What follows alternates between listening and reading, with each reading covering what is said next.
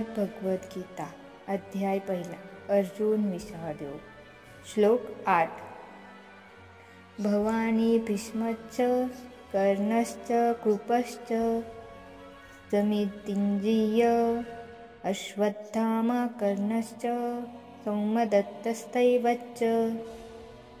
या श्लोकात अर्जुन आपल्या सैन्यातील योद्ध्यांची ओळख करून देत आहे.